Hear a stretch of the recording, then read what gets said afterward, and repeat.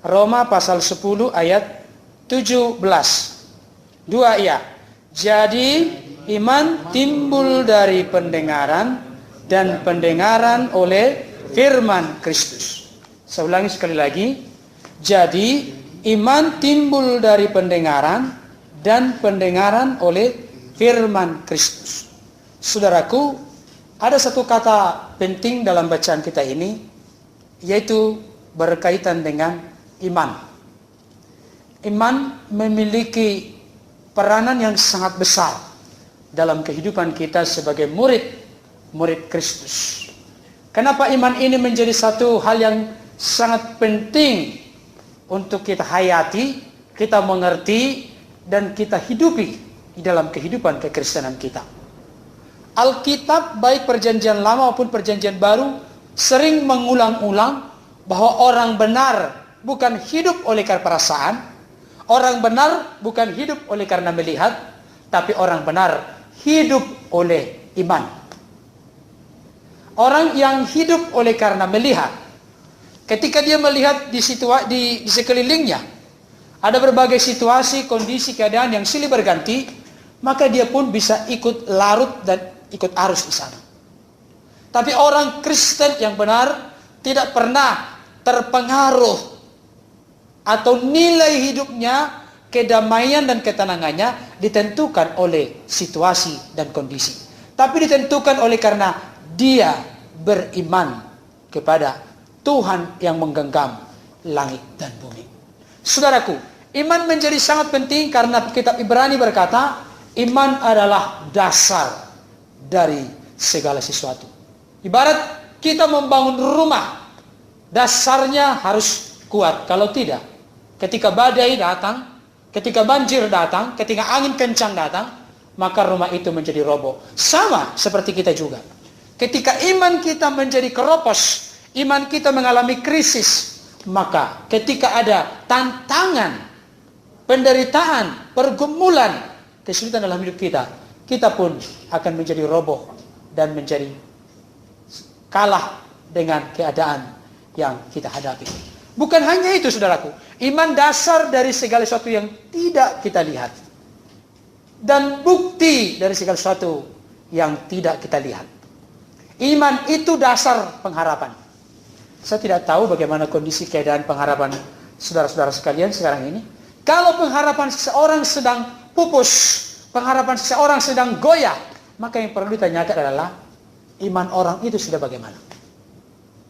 Bahkan tanpa iman tidak mungkin kita berkenan kepada Allah. Saudara dikasih Tuhan, saya pernah mendengarkan perdebatan sengit antara dua orang yang membahas tentang iman dan perbuatan. Saudara-saudara pernah mendengar itu? Iman dan perbuatan. Ketika Yakobus berkata iman tanpa perbuatan pada hakikatnya adalah kosong dan mati. Kitab Roma berkata, oleh karena iman kamu diselamatkan. Orang sering mengkontraskan atau membuat bertentangan firman Tuhan di kitab ini dengan firman Tuhan di kitab ini. Sebetulnya tidak bertentangan. Memang dasar dan pondasi kita diselamatkan oleh karena kasih karunia Tuhan melalui iman kepada karya dan pengorbanan Kristus. Tapi ketika kita sudah menjadi orang-orang percaya, iman kita harus terlihat dari perbuatan kita.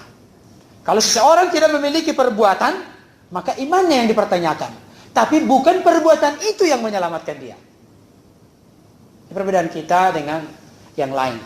Seorang Kristen berbuat baik, melakukan hal-hal yang indah, mengasihi sesama, mengasihi Tuhan, mengasihi diri sendiri. Oleh karena kita mempercayai bahwa kita sudah dianugerahkan, dikarenakan Tuhan, keselamatan itu dalam hidup kita, dan akan terus kita jalani dalam hidup kita. Saudara dikasihi oleh Tuhan, ada lagi ayat firman Tuhan yang berkata, jika kita melakukan segala sesuatu tanpa iman, maka kita berdosa. Berarti kalau kita melakukan sesuatu dengan keraguan-raguan, dengan kekhawatiran, dengan ketakutan, tanpa kita beriman, sebetulnya kita sedang menambah dosa-dosa kita. Karena segala sesuatu yang dilakukan tanpa iman, itu adalah dosa. Dari beberapa ayat-ayat yang saya kutip tadi, itu menunjukkan tidak ada jalan lain, bahwa kita harus terus bertumbuh di dalam iman. Kenapa saya katakan perlu demikian? Alkitab menyaksikan dalam Timotius, maka iman mereka menjadi kandas. Ada saatnya orang tidak lagi beriman, makanya ada di dalam kitab Ibrani juga dikatakan, ada saat orang akan menjadi murtad, meninggalkan Tuhan. Karena apa? Karena imannya mengalami krisis, mengalami keropos, bahkan mengalami sampai kepada posisi yang kandas. Tapi Alkitab ini berkata, iman timbul. Apa lawan timbul? Timbul berarti kalau ada timbul ada tenggelam. Iman timbul dari apa? Dari pendengaran. Saya tanya kepada bapak-bapak sekalian yang berkumpul siang hari ini, ketika saya bicara di sini menyampaikan firman Tuhan, bapak-bapak mendengar? Amin? Mendengar gak? Gak ada yang tuli kan? Mendengar kan? Tapi saya mau kasih tahu, saya kasih contoh, dan tolong bapak-bapak perhatikan. Ketika Saulus, waktu itu masih namanya Saulus, berubah menjadi Paulus. Ketika Saulus menerima surat kuasa dari imam-imam, dia ingin menghancurkan umat Tuhan yang ada di Damsyik. Menuju perjalanan ke Damsyik, Paulus berjumpa dalam satu penglihatan yang sangat jelas dengan Yesus. Dan Yesus berkata, Saulus, Saulus, mengapa engkau mengenai aku? Kapan pernah Saulus mengenai Yesus? Enggak pernah. Karena sebelum Saulus tampil menjadi rasul, Yesus sudah diangkat ke surga. Enggak pernah Saulus berjumpa secara fisik, muka dengan Yesus sebelumnya. Yesus berjumpa dengan Petrus, Yakobus, Yohanes, dan murid-murid yang lain. Tapi dengan Saulus, yang akhirnya berubah namanya menjadi Paulus, tidak pernah berjumpa. Tapi yang mau saya ceritakan dari sudut ini. Ketika Saulus menuju ke Damsyik, di tengah perjalanan berjumpa dalam satu penglihatan dengan Yesus. Ada nggak yang menemani dia? Banyak orang yang bersama-sama rombongan perjalanan Saulus. Saya tanya kepada kita, teman-teman sekalian nggak pernah mungkin memperhatikan ini. Bagi yang memperhatikan berarti sudah menangkap maksud saya. Apa itu? Teman-teman seperjalanan Paulus atau saat itu Saulus, banyak saat itu. Mereka mendengar nggak suara yang berkata itu? Mereka mendengar, firman Tuhan berkata mereka mendengar, semua mendengar. Tapi yang menangkap makna dari perkataan itu hanya siapa? Hanya Saulus.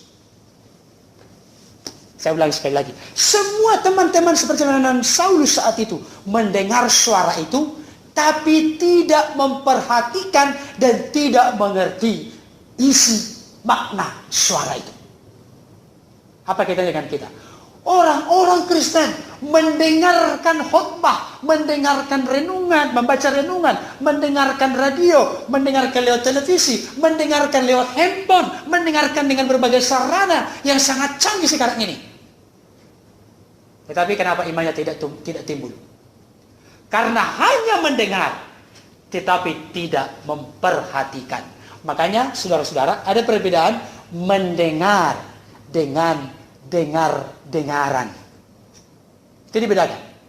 Mendengar, semua kita mendengar nggak? Kalau misalnya uang jatuh, karena jatuhkan uang, ting gitu, dengar nggak? Dengar. Tapi kita tidak taruh perhatian kita ke sana secara serius. Demikian juga dengan banyak orang Kristen, kenapa imannya tidak timbul, padahal dikatakan iman timbul dari pendengaran. Makanya kitab Lukas dan kitab Matius berkata, perhatikanlah apa yang kamu dengar.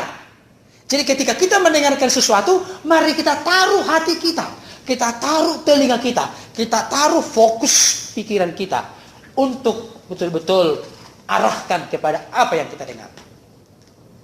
Ayat lain berkata, perhatikanlah cara kamu mendengar.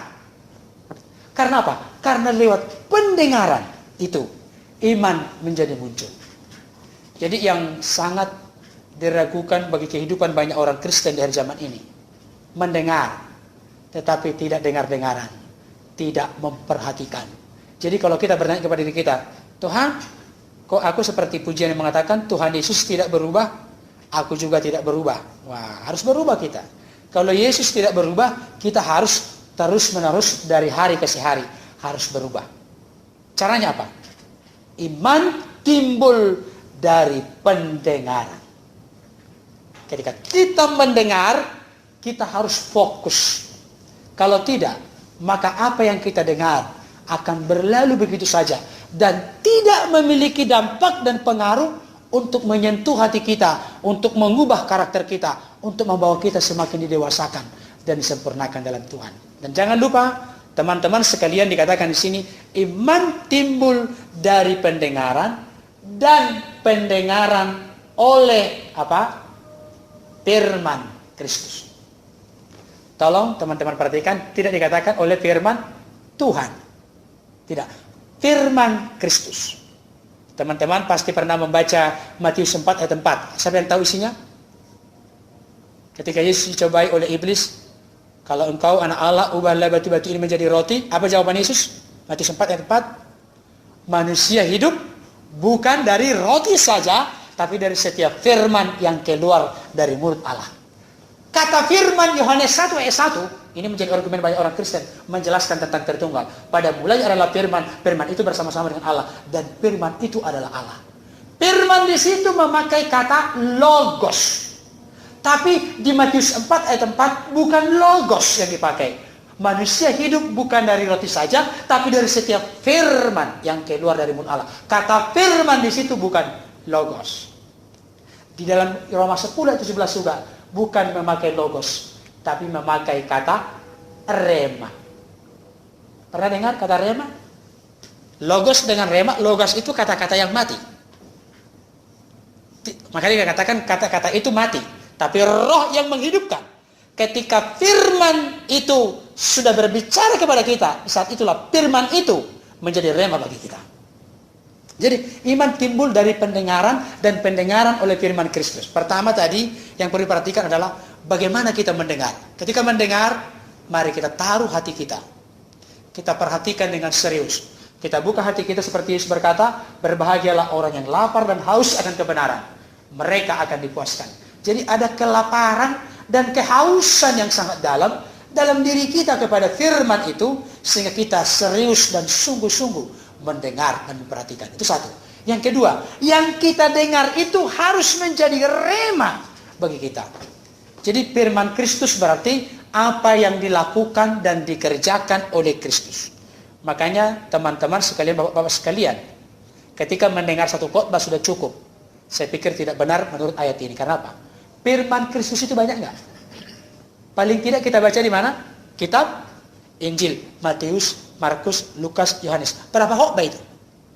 Berapa khotbah? Oh, saya tidak tahu.